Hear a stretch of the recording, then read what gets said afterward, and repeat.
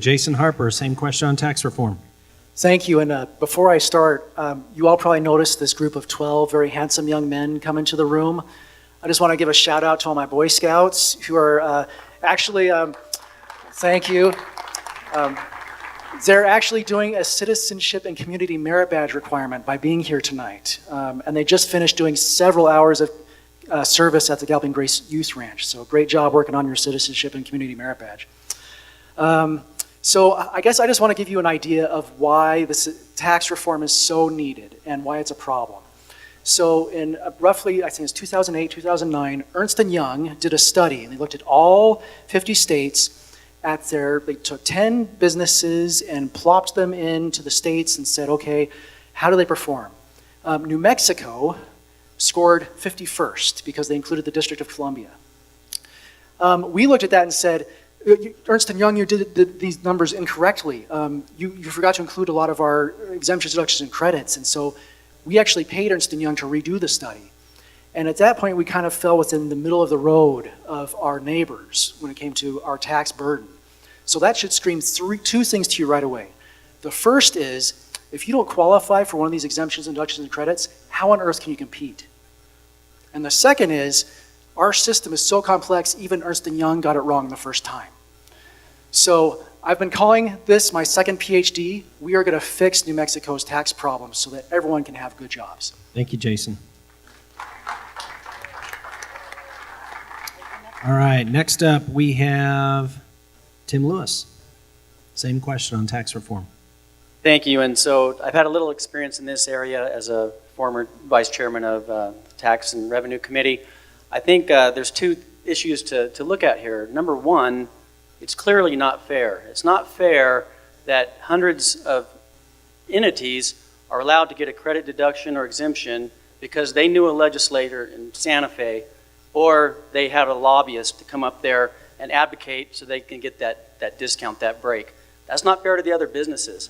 So we've talked about this comprehensively, bipartisan. I think a lot of it's agreeable, some of it's not, but we talked about reducing the rate to 2%. I think Representative Harper says it great. We have Swiss cheese. We need to melt it down to one block of cheese.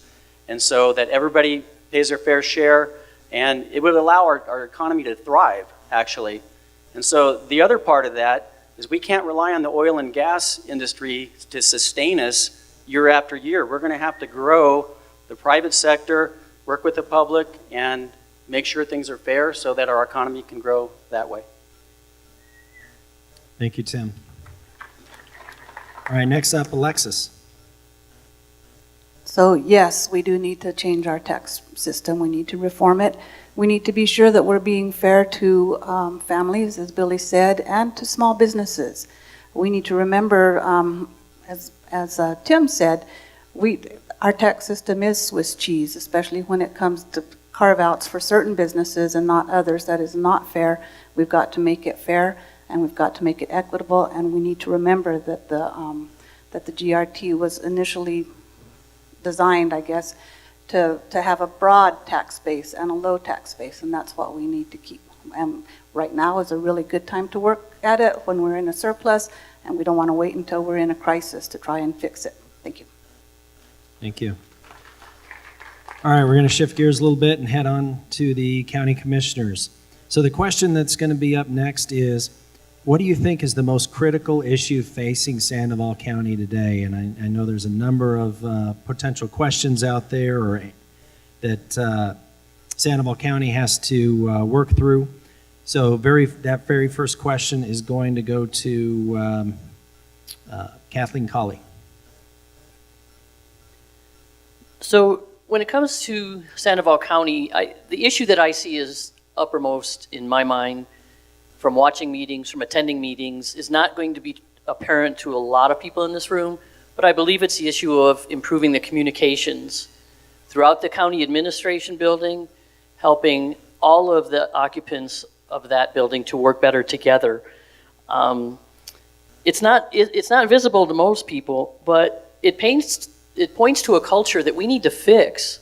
We need to be able to work cooperatively, whether it's you're a county commissioner or you're another elected official or you're a department head. That's something that needs to change. A recent example of that is some legislation that was tried to be passed by the county commission, which would have limited public input, especially from elected officials. And quite honestly, I'm surprised that that even made it to a vote of the county commissioners.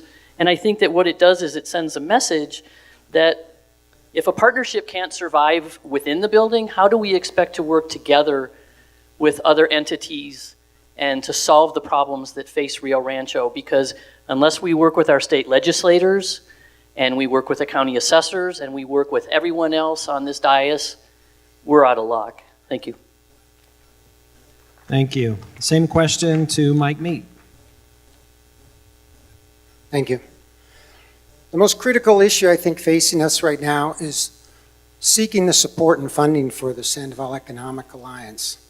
Right now we've got an organization that was put into place to bring economic vitality to the county, and it's risky, and we need to have money so that we can compete with other people that have been doing this for long term. Our challenges are because we need to not become a bedroom community any longer. No bedroom community is able to sustain themselves long terms at this point. And it's because of simple math. Every residential service costs $1.16 for every dollar of tax revenue collected. Industrial and commercial service costs 30 cents of that same $1. So you can see how if you're overloaded with residential, it's going to come to a peak where you're not able to provide service without raising taxes, which I'm against. Every community lists economic development as a priority. The challenge is describing what that means to all of us. Does it mean jobs? Does it mean capital improvements? We have to identify those and make sure that everybody who wants to come to the county understands what we're looking for and what they can expect. We have to prove that we're sufficient, stable, and predictable, and that will allow us to get more business into the county. Thank you. Thank you, Mike. Okay, same question goes to James. He'll go for it first there. Water is life. Let me say that again, water is life. Level of the wells up on the far side of the county are dropping. Rio Rancho has a water issue that it needs to face. The most important thing we can do is to pass a stringent aquifer, source water protection, oil and gas ordinance. We've put together an ordinance that bifurcates the county. In the northwest corner, where if you'll envision a layer cake, it's possible to drill safely horizontally, no fracking. In the rest of the county, because of the fact that we sit on the Rio Grande Rift, and there are only 4 in the world, the Albuquerque Basin looks like this. Any intrusions will pollute the water. So we have to protect the water. Concurrently, we need to look at economic development that is low water users. Imagine living in Gallup. We'll get back to that later. All right, thank you. So next question is to Catherine. Thank you. So I have to concur with Commissioner Rhodes. Water is our most critical issue in this county. We do live in the desert. What I would like to remind you is that it doesn't matter what we do, what we think we can buy. If we don't have water, none of us will be able to live or work here. So with that, I agree. We need to ban fracking in the Rio Grande Basin. We know that we already have substantial amount of drilling in Sandoval County, but that still means that we need to require a strong ordinance that is protective. Our responsibility as commissioners is to protect the health, safety, and welfare of our constituents.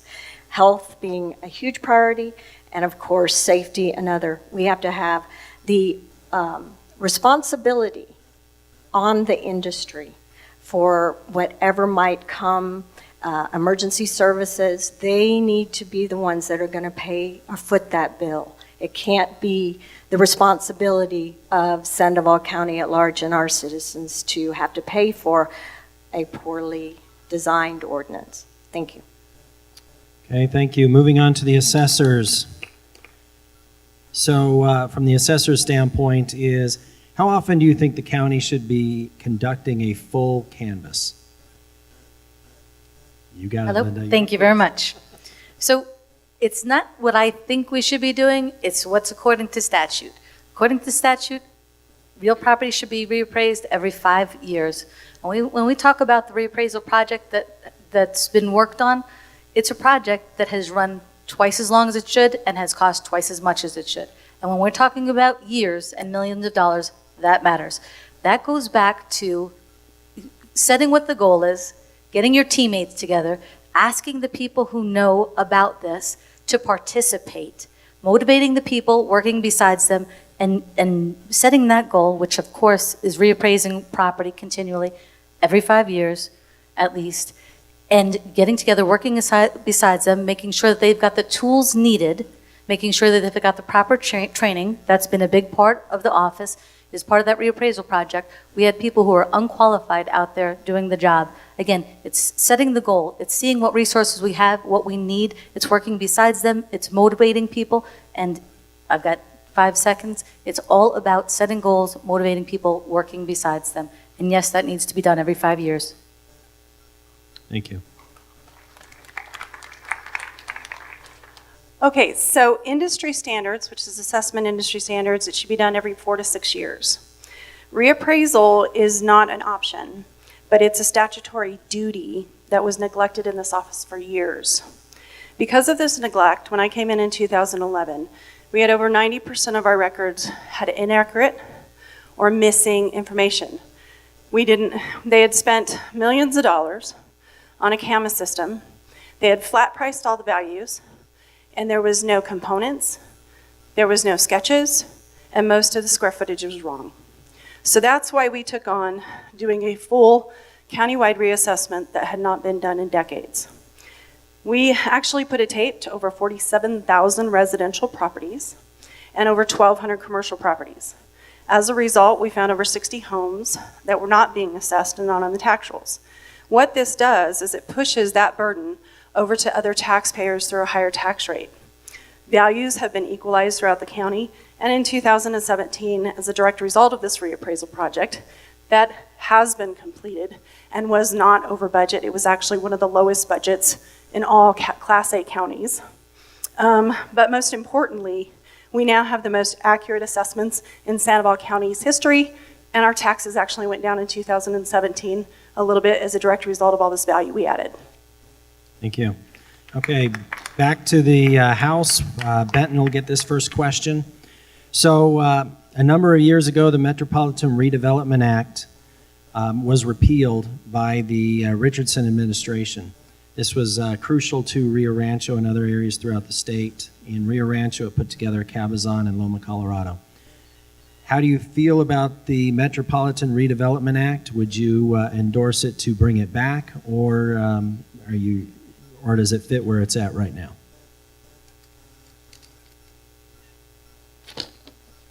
Thank you. The initial law had significant tax issues that need to be reviewed.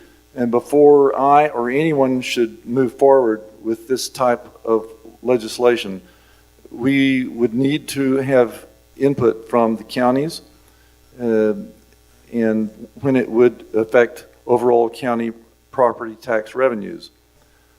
I am supportive of developing and redeveloping certain areas in Rio Rancho. We do need new and better paying jobs in the city.